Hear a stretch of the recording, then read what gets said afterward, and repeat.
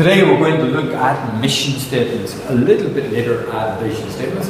Mission statements, I don't enjoy teaching this because I think mission statements to a large extent are a load of nonsense.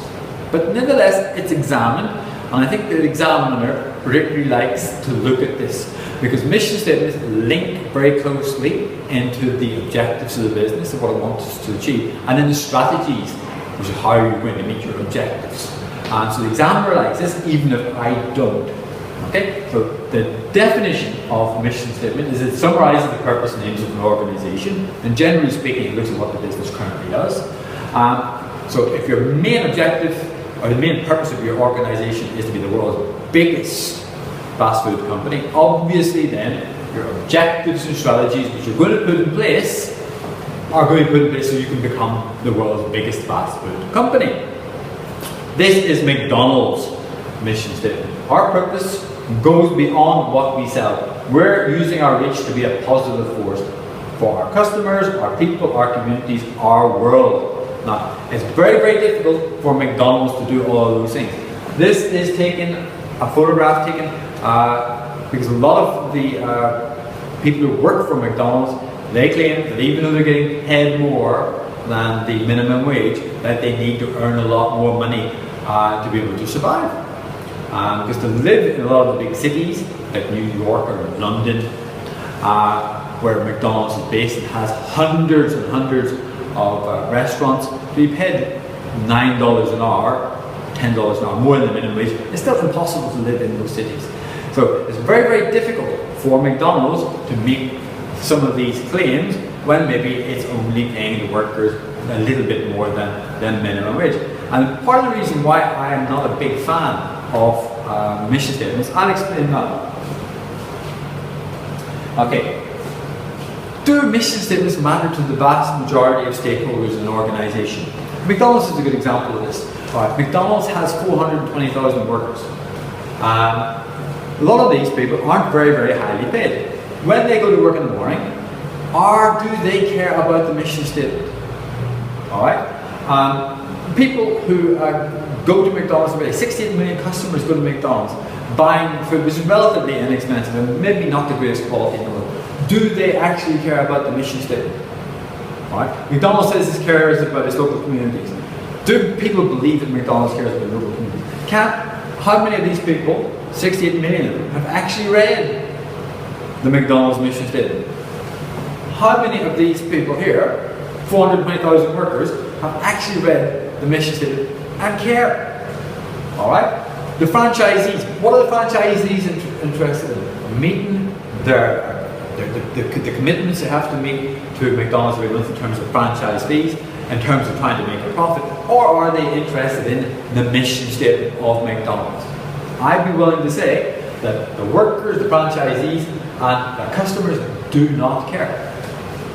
Okay, the people who write the mission statement probably care. The people who are held accountable at the top of McDonald's, like the CEO, Steve Easterbrook, etc., the person in charge of corporate social responsibility, they are probably very, very interested in the mission statement being introduced and introducing lots and lots of strategies to make sure that you're meeting the claims in the mission statement. But I dare say, the vast majority, every other stakeholder does not care.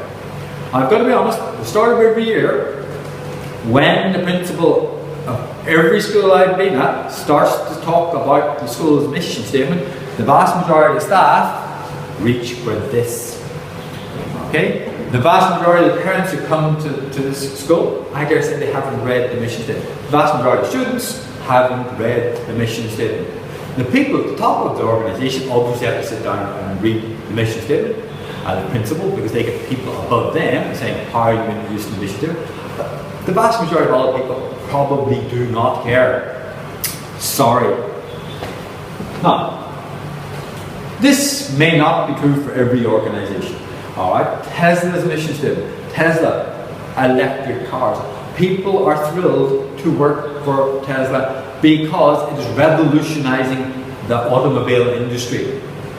A lot of petrol cars, diesel cars are not good for the environment. The engineers, people working in the factories of Tesla are developing cars which are going to be less harmful for the environment Therefore, the mission statement of Tesla means a lot more to those people.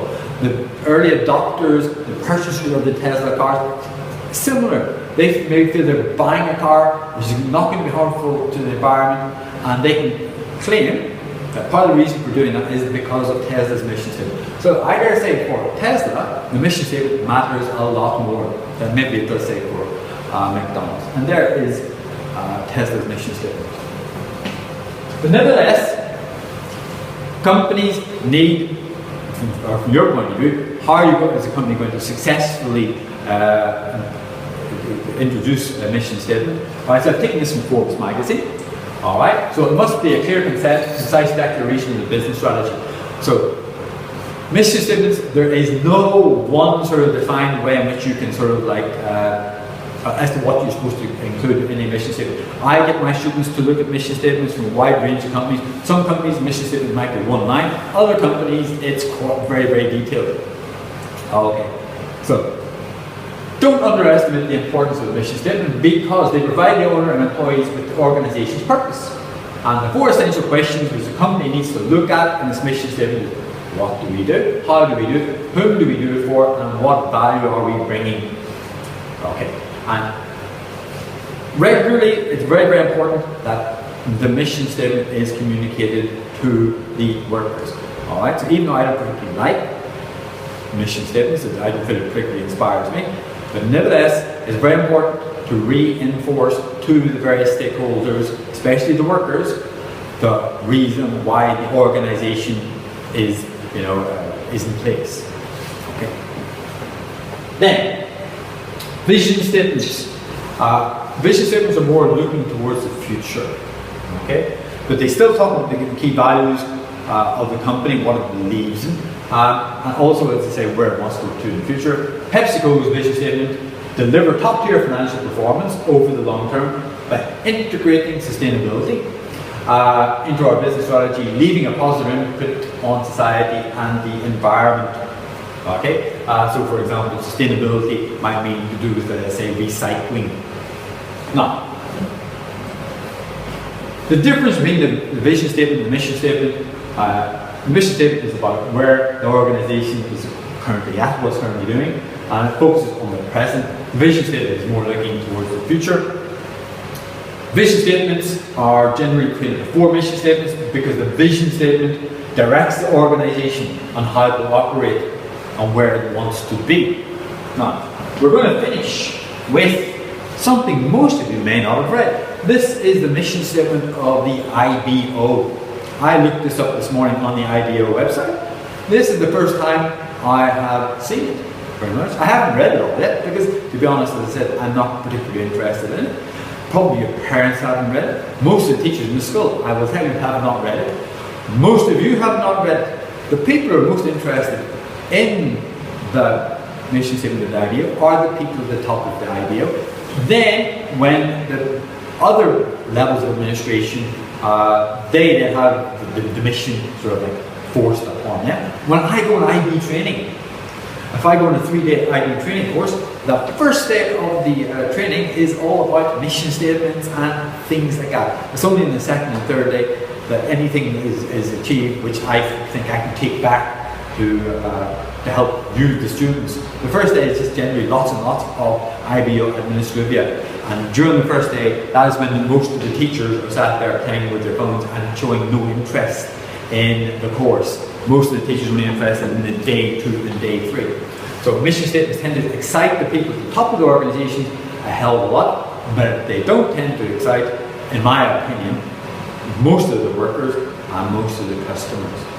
Okay? But nevertheless, mission statements are probably a very, very important facet in deciding the future direction of the company, the aims and objectives, and strategies which are put in place. But for most people, this is pretty boring. Sorry.